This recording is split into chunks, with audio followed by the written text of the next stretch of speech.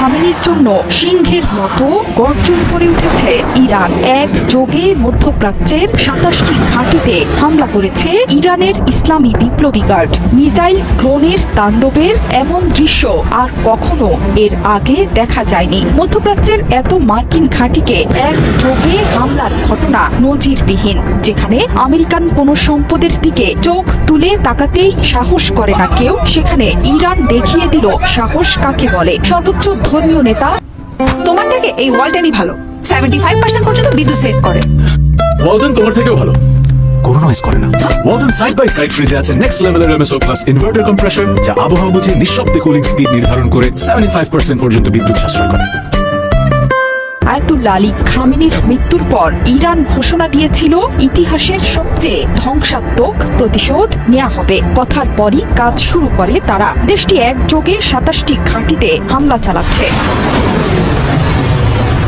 ইরানের ঘোষণার পর সংযুক্ত আরব আমিরাত এবং কাতার থেকে আসতে শুরু করে বিস্ফোরণের শব্দ। ষষ্ঠ দফায় মধ্যপ্রাচ্য জুড়ে হামলা চালাচ্ছে তেহরান। এর মধ্যে সংযুক্ত আরব আমিরাতেই ১৩৭টি ব্যালিস্টিক মিসাইল ছুড়েছে তেহরান। এছাড়া ২ শতাধিক ড্রোনের বিশাল বহর তো আছেই। আবুধাবি বিমানবন্দরে নিহত হয়েছেন একজন। কাতারে ছোড়া হয়েছে ৬৫ মিসাইল আর ১২টি ড্রোন। ইরানি মিসাইলের আঘাতে জ্বলছে দুবাইয়ের জেবেল আলী বন্দর। রাতভর হামলায় দুবাই আন্তর্জাতিক বিমানবন্দর এবং বুর্জ আল আরব হোটেল পুরো ধ্বংসস্তূপে পরিণত হয়েছে। বিমানবন্দরে ইরান একযোগে আবুধাবি, দুবাই এবং দোহাতে হামলা চালিয়েছে। শনিবারই মধ্যপ্রাচ্য জুড়ে বিমান সেবা স্থগিত করেছে কর্তৃপক্ষ। সেখানে মারা গেছেন একজন। বাহরাইনের মানামায় দেখা গেছে বড় ধোঁয়ার কুণ্ডলী।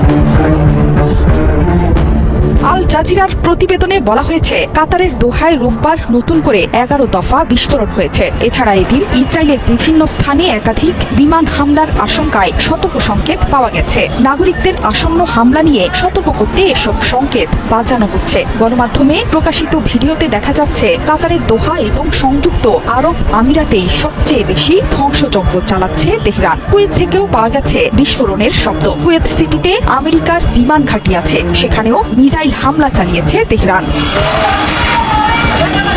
আয়াতুল্লাহ আলী খামেনির মৃত্যুর পর ইরানের বিপ্লবী গার্ড বাহিনী বিবৃতিতে জানিয়েছে, আইআরজিসি ইসরায়েল এবং এই অঞ্চলে থাকা মার্কিন সামরিক ঘাঁটিগুলোতে ব্যাপক মিসাইল এবং ড্রোন হামলা চালিয়েছে। এই অভিযানে ২৭টি মার্কিন ঘাঁটির পাশাপাশি ইসরায়েলের তেলনৌফ বিমান ঘাঁটি, তেল আবিবে ইসরায়েলি সেনাবাহিনীর কমান্ড সদর দপ্তর, হাকিরিয়া ও একটি বিশাল প্রতিরক্ষা শিল্প কমপ্লেক্সে আঘাত হানা হয়েছে। পর্যায়ক্রমে অনুশোচনামূলক চপেটাঘাতের মাধ্যমে প্রতিশোধ